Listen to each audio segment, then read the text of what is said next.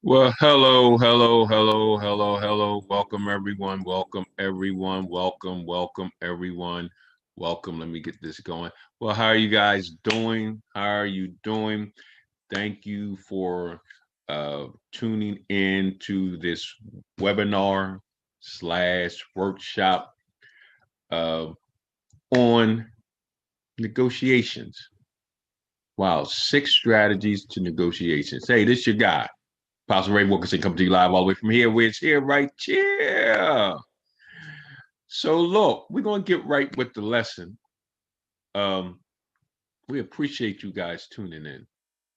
But looking at the times right now, looking at what's going on in the world with small business. Remember, listen, in February 2020, we're just looking at. They took a look at it. 1 million Black-owned businesses in February 2020. With this pandemic going on, by the middle of April 2020, middle of April, from February to mid-April, 440,000 Black businesses closed. Wow. It's a lot for like 30, 40 days, 45 days, something like that. That is a lot. Let me make sure I got this turned down. So I did a feed not too long ago, did a workshop, and it talked about there's a new way you have to start doing business now. A lot of times we got to start doing business online because you can't, the brick and mortar is having a problem, blah, blah, blah, blah. But you got corporations, right? Corporations are actually doing people working from home, blah, blah, blah, blah. But the model is the same. They're still moving on, right? They're still negotiating contracts. If you're a new startup, if you're SME, if you're struggling right now, maybe have something to do with you negotiating your prices. Think about it. Let me tell you a scenario. When I opened up our program in New Orleans, we had an 8-unit apartment complex. At the time, we was housing people after Katrina. Okay. So the bank had an 8-unit apartment complex. We needed more space because we were housing people all over the city, little up houses, 6 people here, 6 people there, but we were getting an influx of people. So the bank owned an 8-unit apartment complex.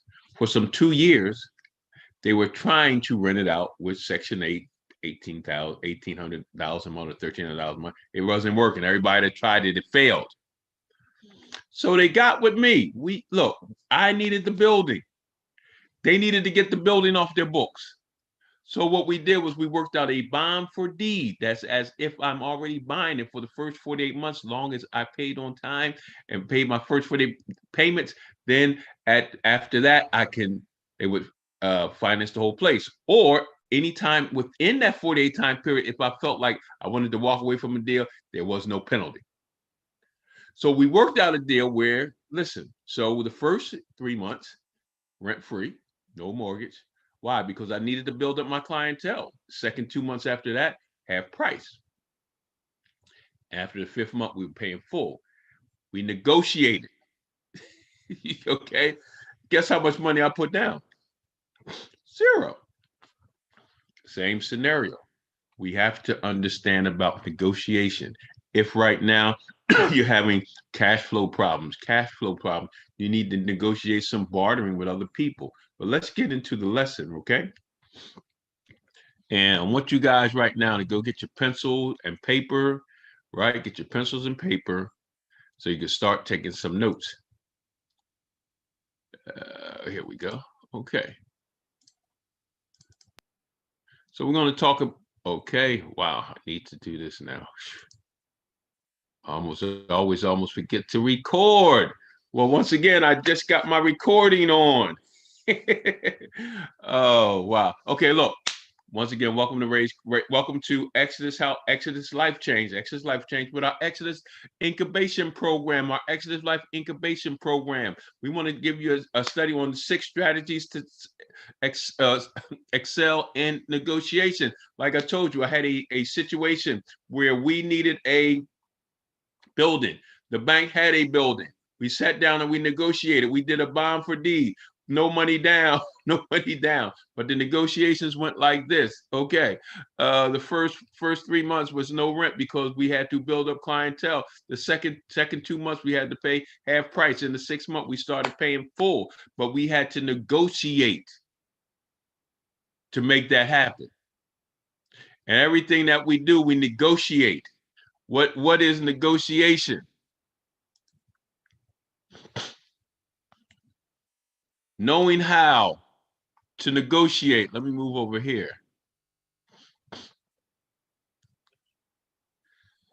Knowing how to negotiate. Watch this. Negotiation is a bargaining session to settle differences and reach a midpoint between 2 parties. So if you look at that, negotiation is a bargaining session to settle differences and reach a midpoint between 2 parties. We negotiate salaries, we negotiate a raise, we negotiate deals, we negotiate matters of the heart.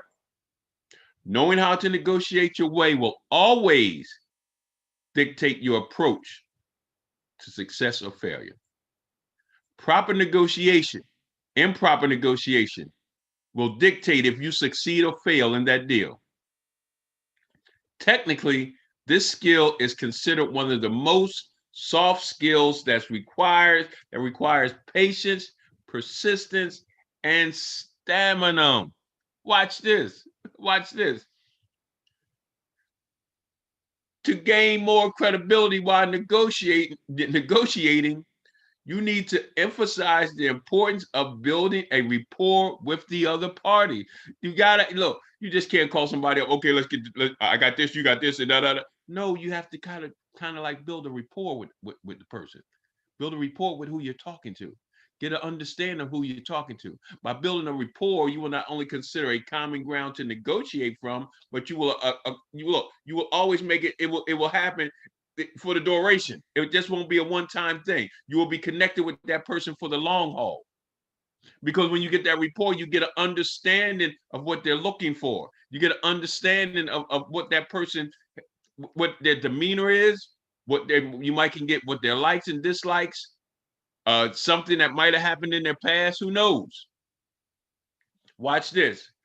Preparing for negotiation, you will need to prioritize the importance of gathering all the required information and understanding the pros and cons of the situation. So you just can't go in to negotiation and just not prepared. You're going to prepare yourself. You're going to gather information about the company, about the resources that they have, about some of the situations that they have, what they're doing, how long they've been in business, all that kind of stuff about a person. You want to gather information.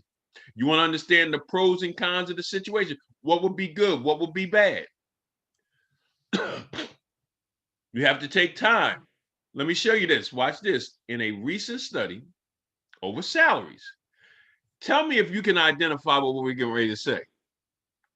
In a recent study over salaries, people at salary.com discovered that people would avoid negotiating salaries, fearing they would lose their job or lacking enough confidence to fight for what they deserve. The study showed that 74% of people would avoid putting themselves in such situations because they were nervous and not confident. And watch this last thing. Whereas 67% of people did not want to appear difficult, 51% of the people avoided negotiation because they were afraid that they would not get what they wanted, and 48% did not know how to ask for it. Wow. Does that apply to you and your business about pricing? I'm going to say it again.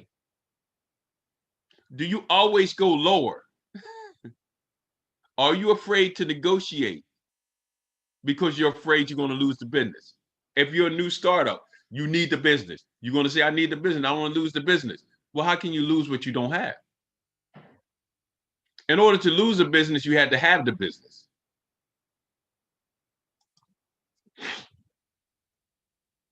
Knowing how to negotiate. While negotiation is one of the most critical business skills to develop and develop well, you have to develop this thing. And I want you guys, some of you guys are saying, oh man, that's me. I don't do this. But let me show you something. You're not alone. You have to develop and develop it well. It must be said that it is, for many, a rather painful part of the corporate world. Negotiation is hard for people. Due to a potentially long list of reasons, a lot of otherwise extremely capable business person at all levels. So look, you're not alone if you're about what I'm talking about. From the junior salesperson all the way up to the CEO, simply don't like it. This is something that's uncommon. This is something that's common, I mean. But if you train, if you develop, if you work on it, if you get these 6 strategies that we give to you, that it might can help change your business or change your world. Knowing how to negotiate, to give you a little extra oof or a little push. We're going to give you a little push, right? And get you started. I will pinpoint 6 strategies to excel in negotiation. 6. I'll give you 6. Get your pencil and paper. Let's get this thing on. Let's start rocking and rolling. Number 1. I got to keep moving my picture. Let me go down there. I guess I'll go down there. Number 1, always bid a little higher. I can't bid high. I'm a new startup. I just started. I started a month ago. How you expect me to bid high? Because one, and this has nothing to do with negotiation. You're look, you're not pricing your business on how many years you've been in operation. You're pricing your business on value. That's a nugget. So look, somebody could been in business 20 years, same market that you're in. But if you could add more value to that customer, cost is not going to be an issue, no matter how long you've been in business. Okay, let's do this. Always bid a little higher. The main concept is to realize the importance of why are you negotiating? Why are you negotiating? For more money, to get more people, to do this, to do that. Why are you in that negotiation? You have to come to realization for it to be, look, watch this. For this to be achieved, having more confidence with the subject will always push you to raise the bar a little higher than expected. When you know why you're negotiating, you're going to push it.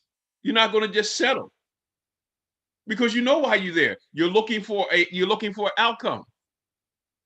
Figuratively, such practice will place great value. We talked about value. Stabilize your confidence. You have to have confidence in negotiating. It can't be, oh, okay, I'll take that. No, because you're afraid. If I don't, I might lose the business. I keep telling you, you didn't have the business. It'll stabilize your confidence and emphasize the importance of the subject put into negotiation. Why? When you're knowledgeable, when you know why you're there, when you know why you're negotiating, you got this thing. Remember that knowing All aspects of the deal will lay more importance on studying the matter from all angles. I know exactly why I'm here. I know exactly what I'm doing. I'm looking at this thing from all angles, right? Hence, you will never be pushed into lowering your stand. Oh, no, I can't go there because I know the bigger picture. I see it from every angle. I know why I'm here. Number two, maintain a poker face. And you don't have to be like, maintain a poker face. Well, basically, you need to maintain a poker face if you want to be ahead of your game. We all know what a poker face is.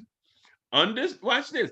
Underline these certain words. Understanding the deal on the table will empower you to own up your stand intelligently, not emotionally.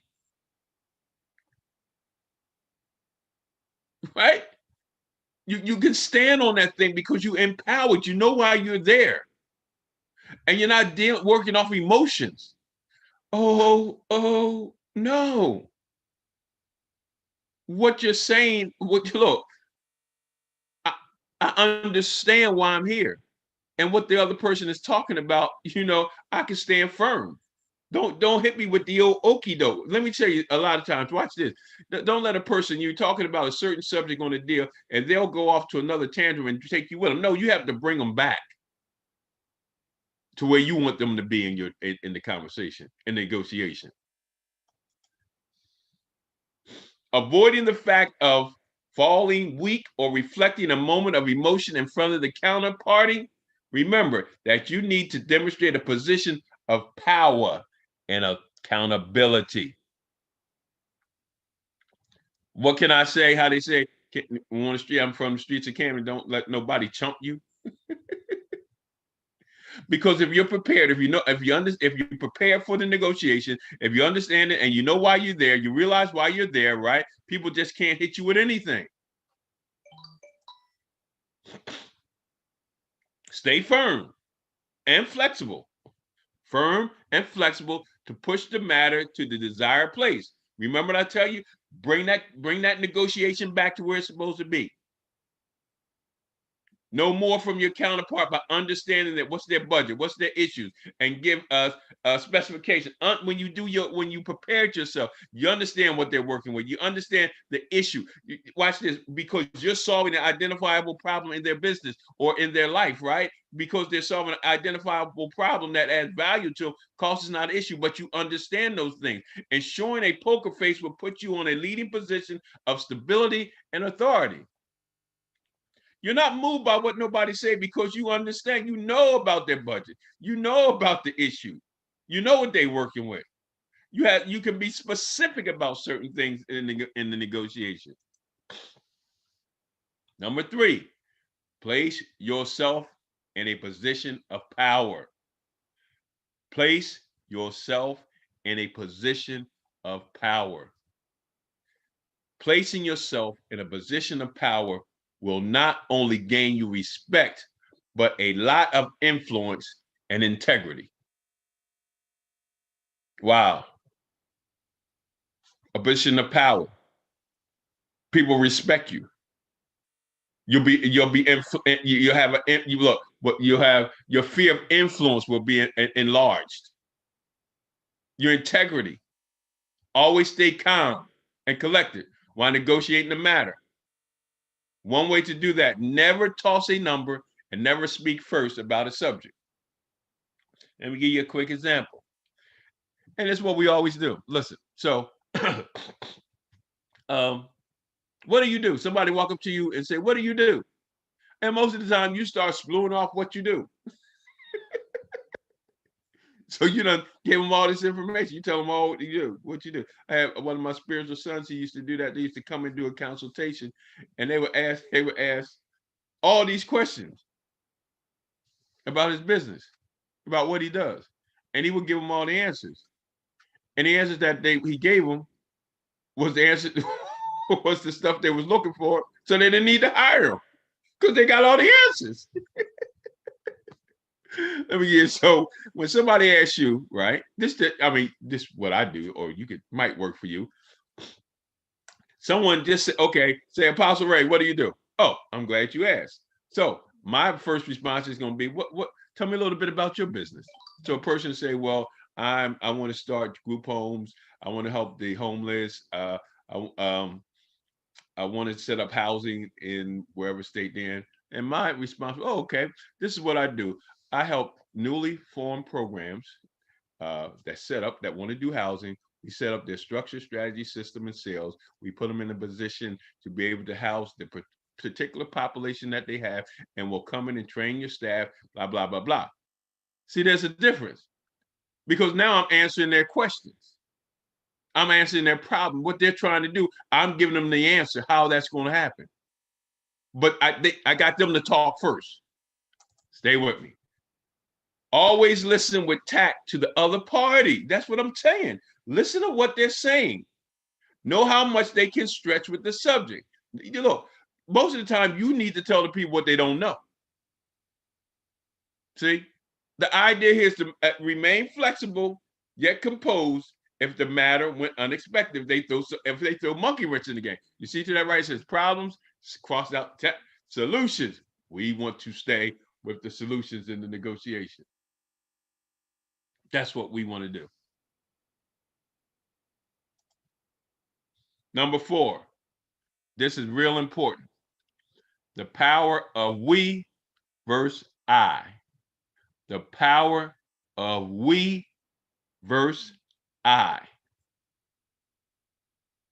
Nowadays, negotiation is built successfully on a win-win situation. If you're a good negotiator, if you come and say, oh man, Ray, look, man, I got everything I want. And I'm gonna say, well, what did they get? Oh, look, I ain't worrying about them. I got mine. Whoa, that's not a good deal. Because they didn't get nothing they didn't get everything they wanted, but you got everything you wanted. That's not good negotiation. So once they find out they didn't get everything they want, believe me, whenever the contract's up, you won't get that business again. Building a relationship will promise longevity and loyalty between the party members. That's what you want. See, can I talk to my people? Let me do a sidebar real quick. Let me talk to my people of color. And we have this problem because we want to get everything right now. We don't want to work together with each other. We don't want to negotiate together. We don't want to barter together. We want it right now, and we don't look at the bigger picture. We don't look at the long term. We don't look at the loyalty and trust that if we work together, that when we negotiate, if it's a win-win for both of us, it just makes more sense for us to keep working together. The significance here is mainly placed on sharing the game with good hearts, doing the right thing for the right reason.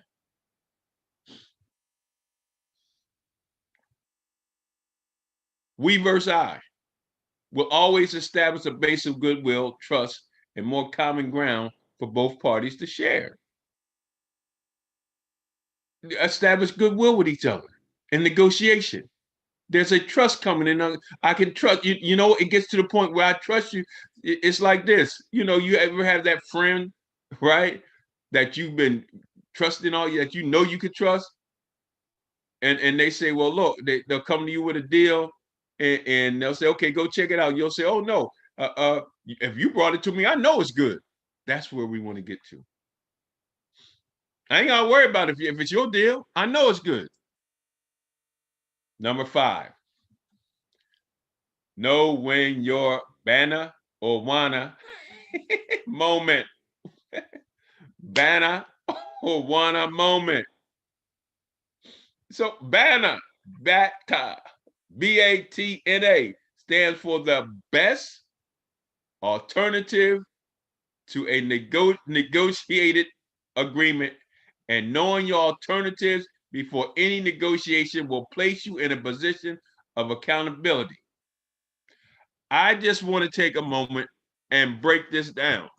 Excuse me.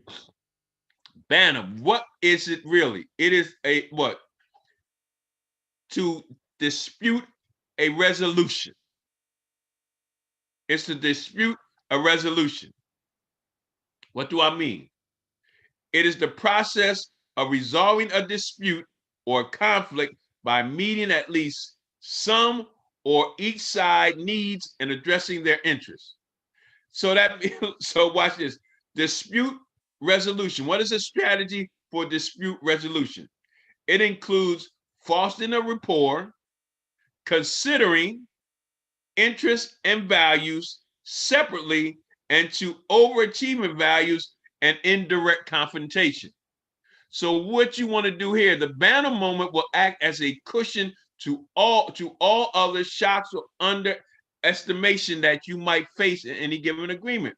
Meaning that there's going to come a time in that in that negotiation where you're going to have to resolve a dispute. But you will understand this, right? You will understand that you have other options, that there's an alternative, right?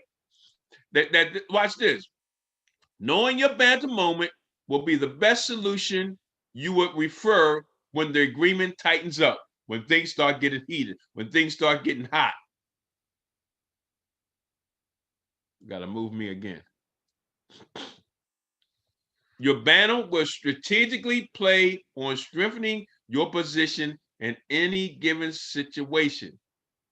In here, you will understand that any given situation has multiple choices. So you don't, this is a place where you're not going to really just stand firm on whatever it is. You're already going to be prepared to know that there's other solutions that that we can come with a resolution to this thing, that will build up a rapport with the individual. If you look at it in the right hand corner, it says a problem, analyze, solution. That there are choices when you get to this situation.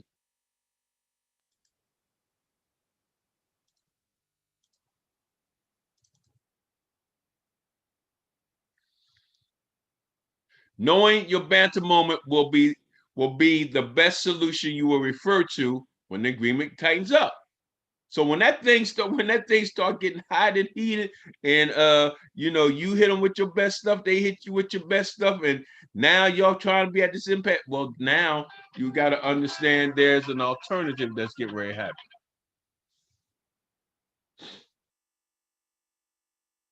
That there'll be an alternative. That you have other choices.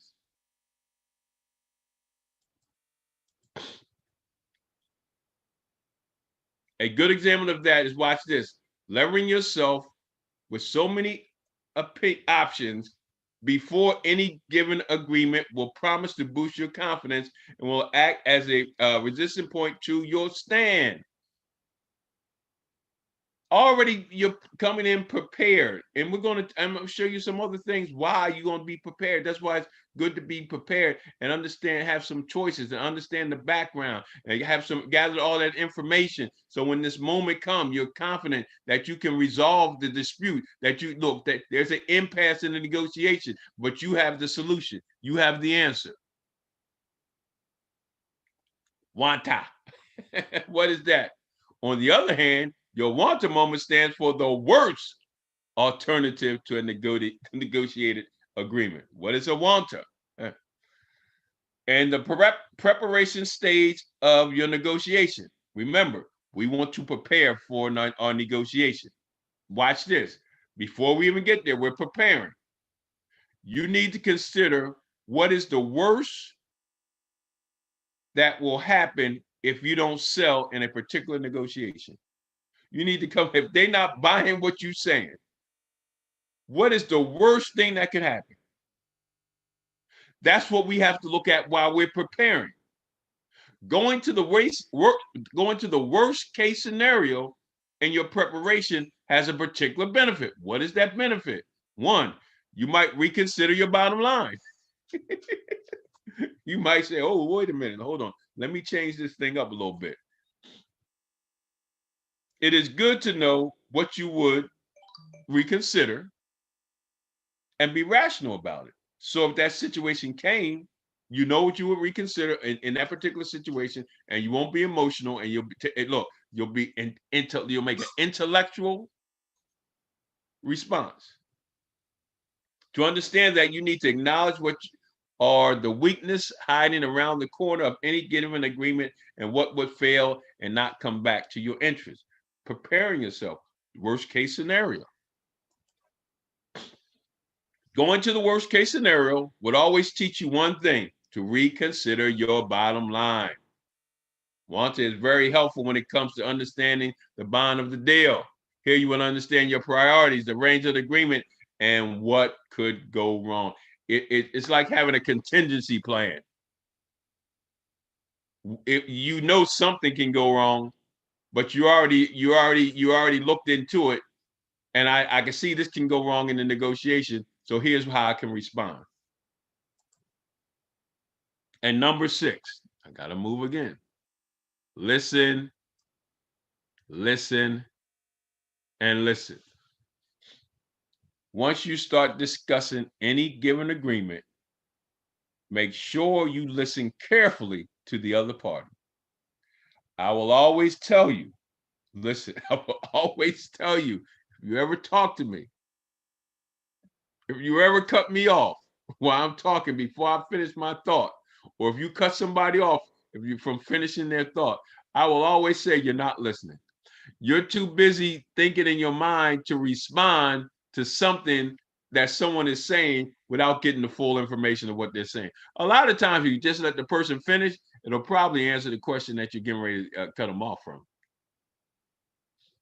The idea here is to understand the other party's point of view. So in negotiation, I know my point. Listen, I go into negotiation, I know what I know. I need to know what you know. See, you know what you know when you're in there. You need to know what the other person knows. You got to look from their point of view to secure a place of trust. Lend an ear to the counterparty's issues. What are some of the issues? Because you're negotiating something, some of the issues in this negotiation. What is it? What are some of their worries? What are some of the obstacles that they're afraid to face in this negotiation?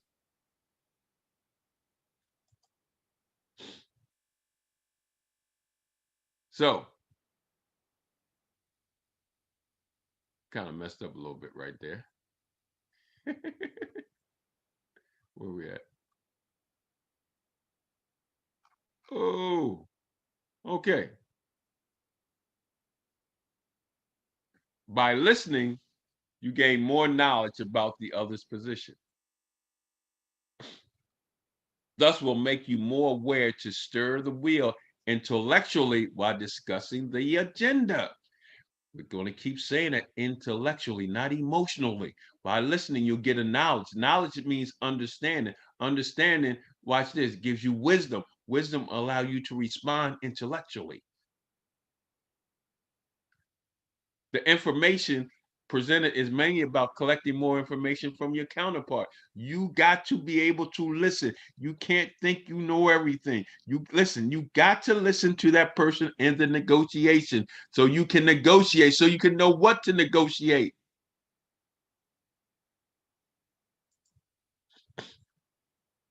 Respectfully, make sure you drop down more open-ended questions to learn more and summarize the whole deal. So this is our last, let me just break this down real quick. When you talk about open-ended questions, maybe a lot of us might not really know what that means. Open-ended questions are questions that cannot be answered with a simple yes or no. You want to hit them with questions where they have to elaborate on the point, what they're saying. Why? Because it helps you see things from their perspective. And look, as you give feedback, right? You can use their own words instead of a stock answer. What is a stock answer? A pre-prepared response. So those are our 6 things, our 6 strategies for negotiation. And I really do hope that you use these strategies, that you can build up your confidence, that you prepare yourself for negotiation, that you'll build up your confidence, that you'll gather that information, that you won't let your emotions take over in the midst of it, and know when the worst scenarios that can happen and have some contingency plans for that. Hey, look, this your guy, Apostle Ray, coming to you live all the way from here. We're here right here, and we listen. Next, we're going to do what? Biblical principles of negotiation. Stay tuned for that.